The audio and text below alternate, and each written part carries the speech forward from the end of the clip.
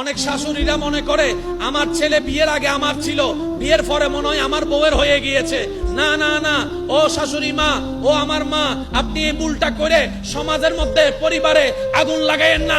আপনার বউ আপনার ছেলে 10টা বিয়ে করুক, সন্তান তো আপনারই, সন্তান তো আপনারই, সন্তান তো আপনারই। আপনি কেন মনে করছেন আপনার ছেলের বউ আপনাকে ছেলেকে নিয়ে গিয়েছে? না, উনি ছেলেকে নেয় নাই, উনি উনার স্বামীকে নিয়ে গেছে। আর স্বামীকে নেওয়ার অধিকার বউয়ের আছে না নাই? জোরে বলেন, আছে না নাই? বউয়ের যদি স্বামী না পায় তো ঘরে এটাতে থাকে লাভ কি? আমি কি বুঝাতে পারছি? ইসলামে সবকিছু সমাধান। জোরে বলেন, ইসলামে সবকিছু সমাধান।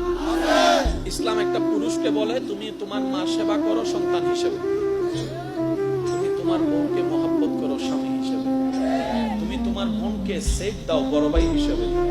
আরেকটু জোরে বলেন, তুমি তোমার ছোট ভাইকে সাপোর্ট দাও বড় ভাই হিসেবে মাথায় হাত রেখে। সবকিছু দায়িত্ব কি এক না আলাদা আলাদা?